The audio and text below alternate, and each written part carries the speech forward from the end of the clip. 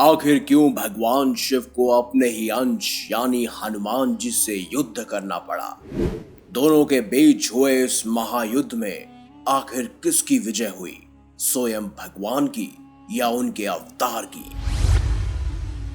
आप देख रहे हैं मिस्टीरियस हिंदू। तो चलिए अब करते हैं ज्ञान की बात। वीडियो में आगे बढ़ने से पहले हमारे चैनल को सब्सक्राइब अवश्य करें और बेल आइकन जरूर दबाएं। आप सभी को सावन के आगमन की हार्दिक शुभकामनाएं। भगवान शिव के अंश अवतार हनुमान जी थे, ये हम सब जानते हैं। लेकिन क्या आप जानते हैं कि हनुमान जी और भगवान शिव के बीच एक भयंकर युद्ध हुआ था। इस कथा का वर्णन पद्म पुराण के पाताल खंड में मिलता है।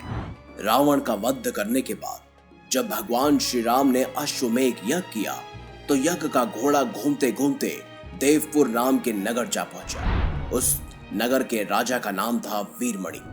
वीरमणि भगवान शिव का परम भक्त था, इसीलिए देवपुर की रक्षा स्वयं भगवान शिव करते थे।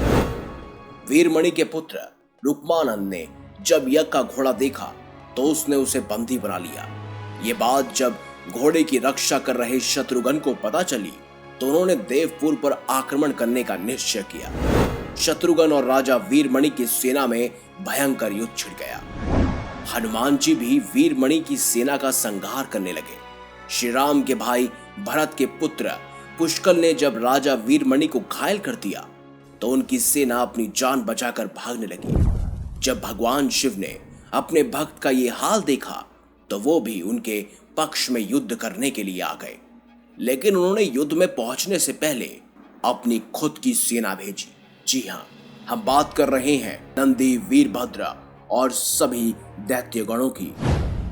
भगवान शिव ने वीरभद्र को पुष्कल से और नंदी को हनुमान जी से युद्ध करने के लिए भेजा।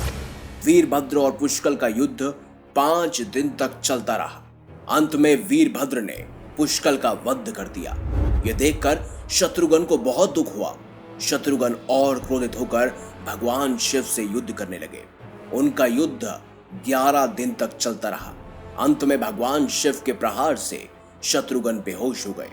यह देखकर हनुमान जी स्वयं शिव से युद्ध करने लगे। हनुमान जी ने शिव से पूछा, आप तो राम भक्त हैं, तो फिर हमसे युद्ध क्यों कर रहे हैं? ऐसे में देवों के देव महादेव भगवान शिव ने कहा, मैंने राजा वीरमणि को उसके राज्य की रक्षा करने का वचन दिया है, इसीलिए मैं युद्ध करने के लिए बाध्य हूं। इसके बाद हनुमान जी और शिव के बीच एक भयंकर युद्ध हुआ, जहां कई सारे दिव्यास्त्रों का प्रयोग भी किया गया था।